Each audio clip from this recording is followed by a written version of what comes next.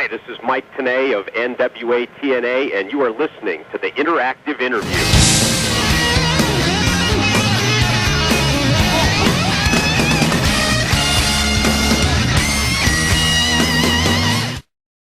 A guest with us today, Kimberly Page. Kim, how are you? I'm doing just fabulous. Thank you. How are you? I am outstanding today.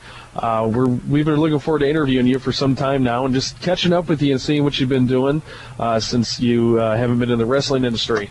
So, first question, you got something coming out in a couple weeks. You got a project coming out. What is it? I do. I have been partners for a number of years with a familiar name to you, I'm sure, Diamond Dallas Page. Oh yeah. On a project called Yoga for Regular Guys, or YRG, and we developed this workout in response to a problem that Dallas had when we were still married, and he was still wrestling. He was getting just so many repetitive and chronic injuries that he was starting to really be limited physically. I mean, you know, he could, in the morning, I'd have to literally pull him out of bed. You know, when the red light went on and it was time for a match, he turned it on and could deliver. But he just had so many compounding things, his shoulders, his neck, his low back, his knee, that his joints were really, really starting to suffer. And I had been trying to get him into a new exercise program that I had been practicing for months and months. Well, when you're a regular guy and you have your wife come up to you and say, honey, I think you need to do yoga. You know, typically, a girl will be met with some resistance because guys a lot of times tend to think of yoga as like, well, what my husband said was, that's for chicks. Nah, I'm not doing that. You know, bleep, bleep, bleep. So for like 6 months, I was on him about it. Man, I'm telling you, you know, I had my own lower back issues, my own hip calcification issues because I had a stress fracture in my femur from years back.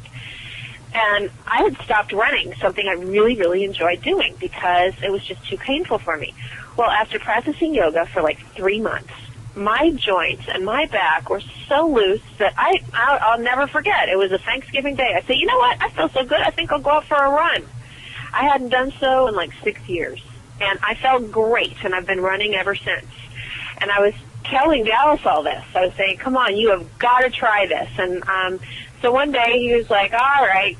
Well, for one day I came upstairs from finishing yoga, and he looks at me, I'm all sweaty, I'm like soaked, my hair's all wet with sweat. He's like, what were you just doing? Were you downstairs on the Stairmaster? And I was like, no, dude, I was doing yoga. He was like, really? He goes, I didn't know that was like a workout. I thought it was just like chanting and stretching and stuff like that. And I said, no, I'm telling you, it's hard. So he goes, all right, I'll come down and watch. So the next time, I came downstairs to the exercise room, and I was doing it along with a video. And he joined in, and he was like grunting and straining and everything because I was like, dude, you're not getting the point because, you know, it's all about kind of like relaxing and just going with the flow. But he's Mr. Competitive, and he saw me getting down, you know, into these poses pretty deep, and he wanted to do it too. And so he was just like, he was turning all red in the face. But I'll tell you, when we were finished at the end of an hour, he goes, you know, he goes, I was really hard and excruciating. He goes, but I'll tell you, I feel 2 inches taller. I really do feel like looser in my neck and shoulders and lower back and all these things. So he was hooked. And a couple months of, you know, practicing with me on a regular basis, he got into the flow of the breath, which is really what yoga is all about, is breathing properly.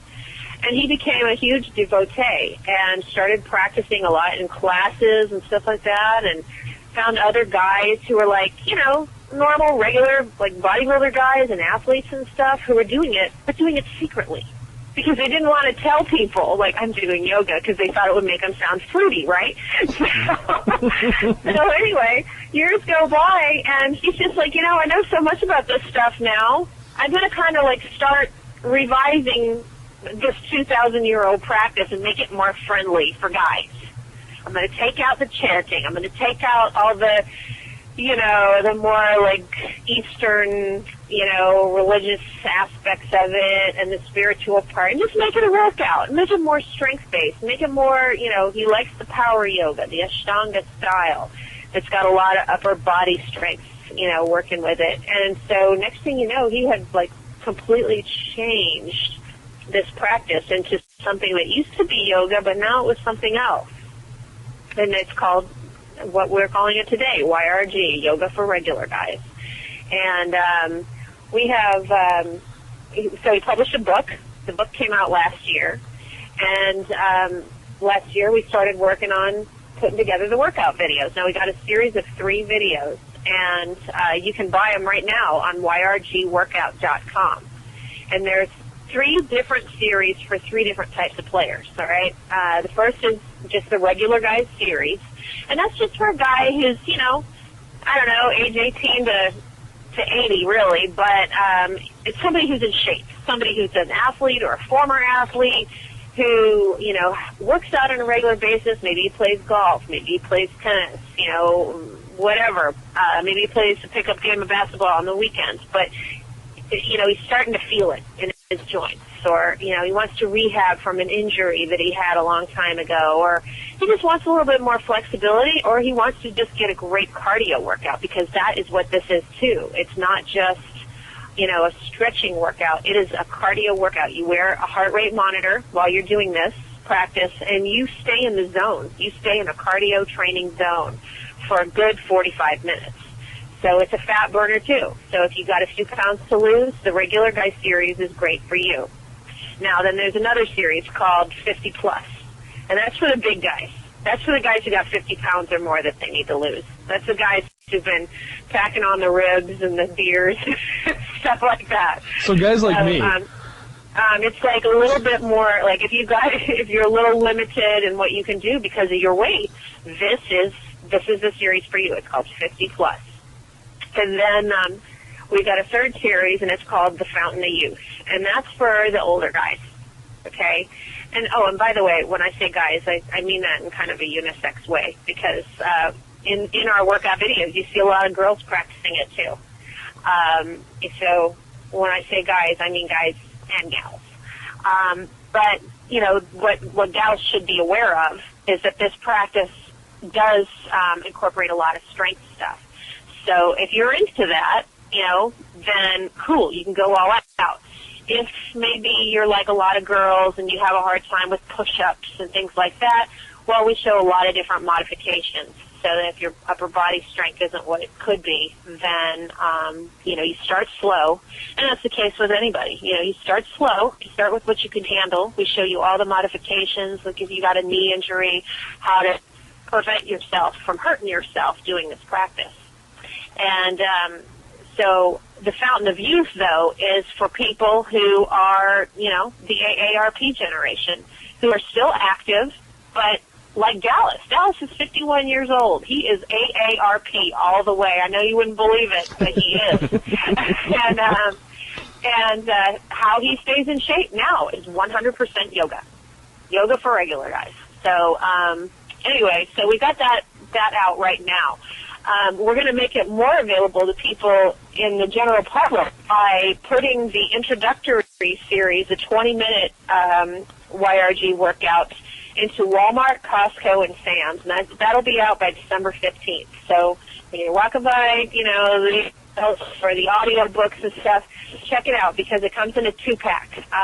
It's Dallas's audio book called Own Your Life, which is kind of like a motivational prelude of getting your head right before you start a new exercise program. And then that is packed in with the 20 introductory workout. So that's just like your intro to YRG. So you go to Walmart, Costco, and Sam's, buy that one. It's only $14. And if you like it, if you're down with it, then go to yrgworkout.com. You can buy the whole series there. And how much does the whole series run? You know, that's a good question. Because I get mine for free. I think it's like $50, something like that. But it's a 3 workout. It's a 3 every series. You know, we have the 3 series: regular guys, 50 plus, and Fountain of Youth. Each of those has more than one DVD in it. The regular guys series has a 20-minute workout. It's got a 45-minute workout, and it's got a 60-minute workout. So you're supposed to start little and work your way up. So first you start with the 20-minute, and then you work your way up to the fat burner, which is like a 45-minute workout, and then you're like going hardcore and you do the 60-minute. But all in there, you know, you may be flowing in the 60-minute workout, and then you've got a day during your week that's especially busy, and all you got time to do is 20 minutes, and you throw that DVD in there. So, you know, I tell you, I'm really excited because having been a yogi for a number of years now, I'm really excited to bring this to a whole new population of guys who wouldn't touch yoga with a 10-foot pole. But now we've got DDP showing you how to do it in a masculine way, in a powerful way, in a hardcore training way that isn't going to make you feel like, oh my God, you know, like, did I just step onto Mars or something, you know, with chanting and singing and all that stuff. There won't be any of that. The music is cool. I mean, he practices yoga to R&B. He does not, you know, and blues guitar music. He does not practice yoga to all the little Zen flutes and stuff like that. This is definitely an Americanized version. Well, you definitely got me sold on that. My girlfriend's been trying to get me to do yoga for months, and well, I tell you, you can really benefit after one session. You'll see a difference. After 3, you'll be like, oh my gosh, you'll be hooked. People who start to practice yoga, they don't really ever give it up. They may stop doing it for a little while, but they're always thinking in the back of their mind if they take 2 months off or whatever, man, I felt so much better when I was practicing yoga. And you find your way back to it because it really does. It clears your head out. It clears your body gets all bound up with so many different things, sitting at the computer, driving. I'll tell you what, I'm in LA, and I drive all over the place, and I get more tension build up in my shoulders and neck from fighting the traffic in LA than just about anything I've ever experienced. I'll come home at the end of the day and I'll just be like, I feel like my shoulders are up around my ears. It's very tense. And if you have a stressful job or, you know, or anything, you know, if you're the athlete that just can't stop playing basketball. God, you know, I know so many guys my age now. I'm 37 now. And guys my age are getting to that age where they're still playing basketball, they're still going hard, they're still playing hockey, whatever, but they're feeling it in their joints. And I'll tell you, yoga will counteract all the suffering you're putting your joints through. Awesome. Well, like our show is 3 Count Wrestling, but you know, since you're not in the wrestling business anymore, as far as anyone knows, we've got some questions about your current career as an actress. Sure. All right, so I guess the first one I have is being an actress in Hollywood anything like being in the wrestling business? Well, yes and no.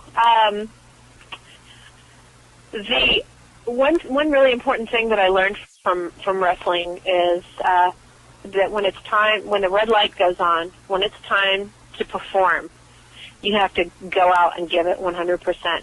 It doesn't matter what's going on in your personal life. It doesn't matter how you feel physically. You just got to go and you got to bring it. And that's what happens when you go to work on a television show or on a movie. There can be all kinds of crazy stuff going on all around you, but you have to be able to have such concentration and such focus that you can really give 100% to your acting partner and to your performance. So that's the first thing that wrestling helps me with. And then the second thing is in the business aspect, there's a lot about being a performer in general that you can't control. You know, you've got, if you work in wrestling, your promoter is, you know, he holds your fate in his hands, how he decides to push you. And you can influence that by delivering good, consistent performances, by being a great worker, or by being, really good talent. Or you can influence it negatively by, your offset behavior or whatever.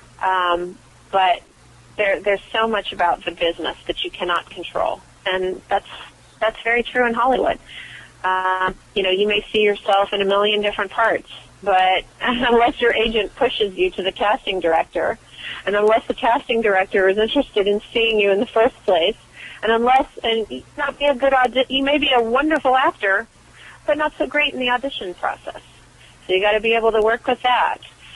Maybe you get on set and you turn in a beautiful performance, but the lead actor decides you're too good looking, and they don't want to compete with you. So you're gone. And, you walk into a commercial audition and you may nail it, but you're just not the looks they're going for. They wanted a blonde instead of a brunette. Well, you can't control all those things. You can't be all things to all people. So there has to be kind of like a little bit of serenity and surrender when you think about that stuff, or the business will drive you nuts. Now, Hollywood can be very fickle, as we all know and all have heard. Do you think that it is difficult for women like yourself and Stacy Keibler to be taken seriously after you've been involved in the wrestling business? Oh, absolutely. And if you look at my acting resume, it does not include wrestling. Because the second they see the wrestling, they go, "Oh, you're a wrestling chick," which in their minds is equated with campy, bad acting. So, I'm a classically trained actor, so I don't really want to be thought of that way. I can do a lot, I've done Shakespeare, I've done Medea, so I don't want to be thought of in that respect. So, I took it off my resume, and it was a great part of my life. And, in my toolkit, in my actor toolkit, there are a lot of things that I brought from the wrestling experience, but just not when I advertised myself to the casting folks. It still has that stigma of being one step above pornography, huh? Well, I'm not sure about that, but it's not pornography, but more like maybe the carnival, Okay. Something like that. A little bit of an offshoot. Still entertainment, but not really Hollywood, not really acting, Right. Exactly. Well, there are a lot of really, really highly trained professionals out here, and it really is hard to compete when you have someone who has been acting in theater since age 4 and went to Juilliard, and went to New York University and got or Yale, and graduated in fine arts there, and has been acting, your whole life, then those kinds of people are really, really hard to compete with when when you came up through a different kind of venue. Well, I really don't know how to phrase this question, so I'll just ask it. Do you think Stacy Keibler has it a little easier because of what she did with Dancing with the Stars? Well, sure. That gave her a lot of publicity, and it brought her into the awareness of a lot of people out here. I mean, I don't know about you, but I and so are so many other people out here in the Hollywood and TV community. They all watch that show and are entranced by it. And she was certainly, she came off very well on that show. So I'm sure it did nothing but help her. You had a small but very memorable part in the 40-Year-Old Virgin, which is one of my favorite films that have come out recently.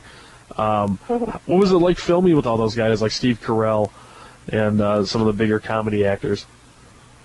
Well, he's brilliant. He's absolutely brilliant. And the movie was shot completely improv. We had a rough script, but nothing was. You didn't have lines to memorize. It was really crazy because I show up on set and I was like, well, I haven't gotten a script, so I guess I don't have lines. But no, indeed, there were 10 of us brought in to be speed daters, and they just sat Steve in the restaurant and sat each one of us successively with him for about an hour at a time, and they just turned the cameras on and he just went with it. And you're given a rough character sketch of what you were supposed to be like. And of course, I had some additional things that I had to work with the prop master about and the effects department about, because the top had to move at just the right moment and all that silly stuff. But he was absolutely fantastic, and my stomach hurt so bad at the end of the day because I had been laughing all day long. Just one girl after the other would sit down with him, and the things that came out of his mouth, like, oh my God, where was that brain? That brain is just so quick because he just reacted so brilliantly and in the funniest way to every single person's comment. And it was strange for me though because I had a topless scene. The union rules state that we got to have a closed set. So they waited for my bit to the end of the day, and everybody had been laughing. I mean, there was 100 people on set, and they'd been all rolling with laughter, just crying and holding their stomachs all day long.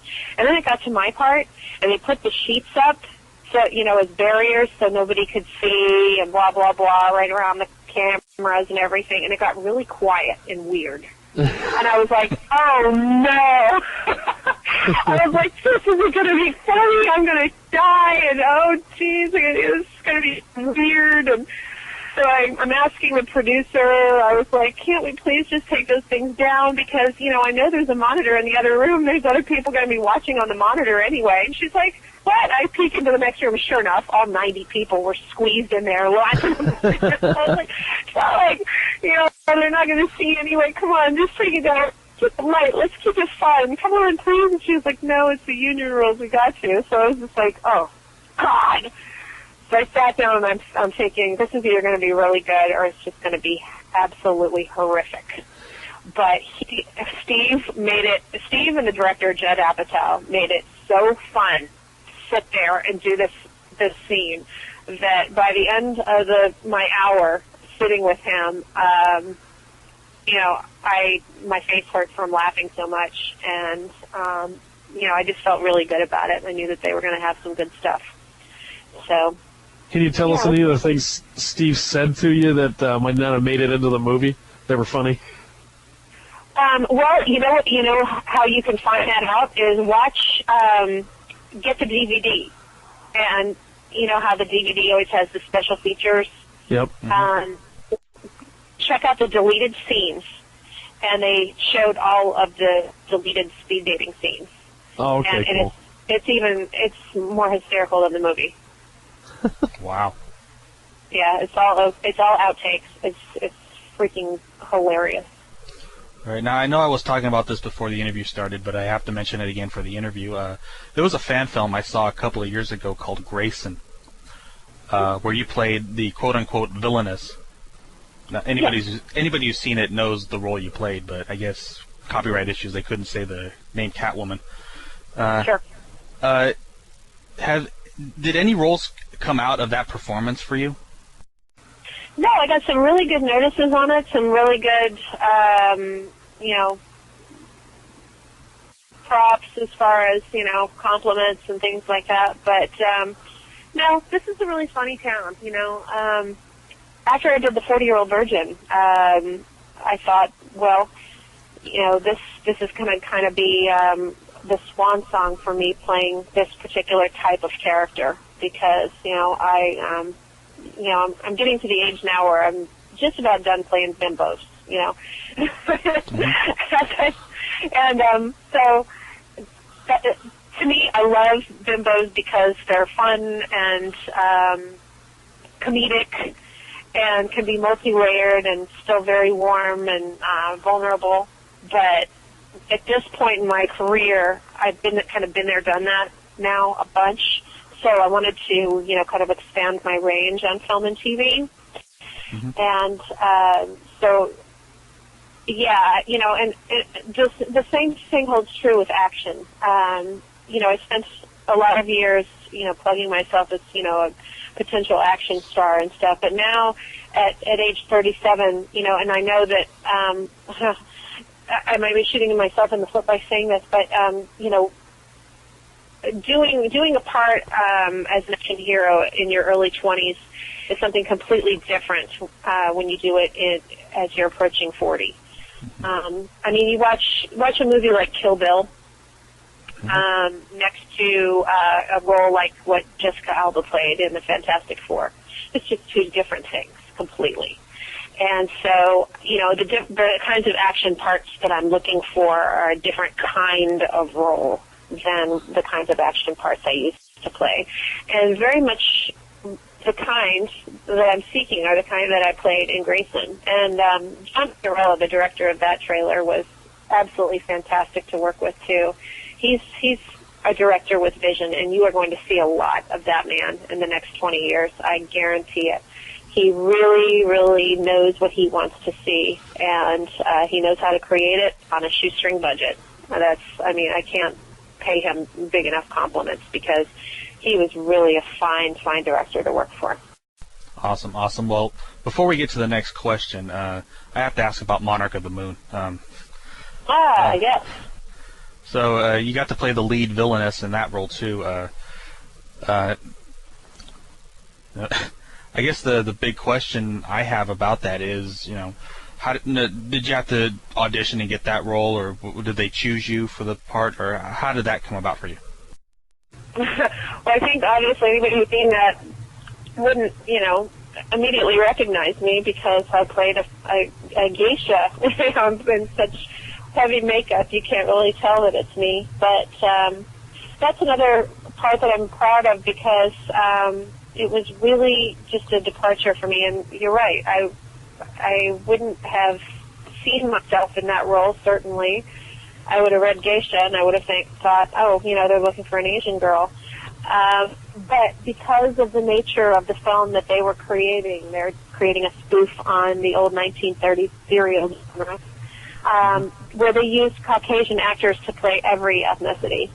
That was their intention, was to book, a Jane Russell type, who might have played this kind of part back in the 40s, or Ava Gardner, somebody like that, and just put the heavy makeup on her, and we'll know the difference. But that's what that was supposed to be about, and it was really fun for me to get an opportunity to play around with different physicality, and it was a challenge working through all that makeup and stuff like that, but nonetheless, I'm really glad I did that too. And it's a funny spoof of a film. It's campy and weird and silly, but I'll tell you, everybody is entertained who watches it. Awesome. Well, we should also mention that it comes out December 26th. So yes. See, we do our research for some questions. For some, nice. For some. Yeah. Well, here's a more of a serious question, and if you don't feel comfortable answering it, you don't have to. Tylene Buck made the decision to do adult films instead of trying what you're doing, which is legitimate acting. Do you think her decision to do adult films helps other women wrestlers in Hollywood? I don't think that there's any comparison drawn. I don't think we can kind of be grouped together. Okay. In some respects, the connection to wrestling is there, but that's kind of where it ends. Another one of the, if you're not comfortable with it, you don't have to answer questions, is I've always heard the rumors about there being a Gold's Club in the locker room at WCW. Is there any truth to those rumors? Well, I don't know what rumors you've heard. There were some crazy ones floating around. But I don't, were we there? Were we at the Gold Club, Dallas and I? Yeah. Was anything illegal going on? Never when I was there. I never saw it. That's why I was never I was never deposed in the whole thing because I was never there when there was any hanky-panky going on. When you live in Atlanta, Georgia, the strip clubs, it's really funny, the strip clubs are very mainstream, not like in other communities. I mean, I live in LA now. I would never go to a strip club. That's just, that would be like so weird and goofy to do. But in Atlanta, it's kind of like everybody goes. You know, it's not like seen as a big deal, or it's, you know, it's just a popular gathering place for men and women alike, and couples, and, you know, it's never like, it's like, oh, you know, it's just a exciting place to go and take your friends, you know, and kind of fun, and, you know, but, so, yeah, we would go there occasionally, and they always treated us great, and, you know, we had the VIP section, which is like an upper balcony of that club. But there was never anything weird that went on there when I was there. Never. Alrighty, well, once again, thanks for doing this interview, and if we could finish off with some word associations. Basically, you know how this goes. If you only want to give a one-word answer, that's fine. But if you have a story, feel free to share. Oh, sure. Okay. First one on our list is Scott Steiner.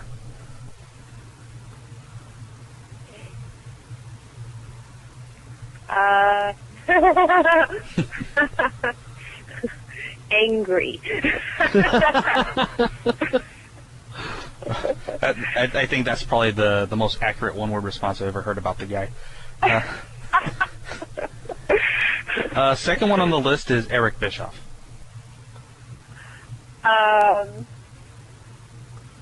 Family. Here's one. He's a wrestler turned actor. Evan Courageous. Evan Courageous. He was part of the 3-count tag team. I remember Evan Courageous. Cutie Pie. Yes. Hello. Yes, I remember him. All right. How about What's another? He doing now? Is he in LA? Do you know? I haven't been to his website in a little while, and he was. I think he was doing small parts on soap operas. Last I checked. Oh, okay. Oh, okay. Recently? I'm not sure. Oh, okay. Well, I wish you the best of luck. That's great. Next one on the list has had a couple of pretty big roles in movies. Bill Goldberg. Who? Goldberg. Bill Goldberg. Oh, yes. Sure. Mm-hmm. You got a word association from?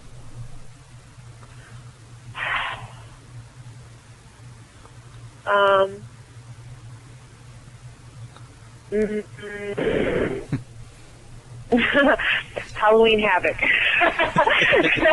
The best, to me, the best match of my ex-husband's career was Diamond Dallas Page versus Goldberg in Halloween Havoc, and I believe that was 1998 or 1999. I can't remember. Cool. Next one on the list very is proud of their work on that one. Next one on the list is one of the stars of Ready to Rumble, David Arquette. David Arquette. Free Spirit and the toast cupcakes. I had breakfast with him once at Dallas and I had breakfast with him once at this little restaurant in LA called Toast. Mm-hmm. And he likes they have these special cupcakes there that have red food coloring in them. They're just like, they're disgusting looking. But David loves them. So funny. All right, another co-star from Ready to Rumble, Oliver Platt. Oliver Platt, talented. And finally, the biggest wrestler turned actor, Dwayne "The Rock" Johnson.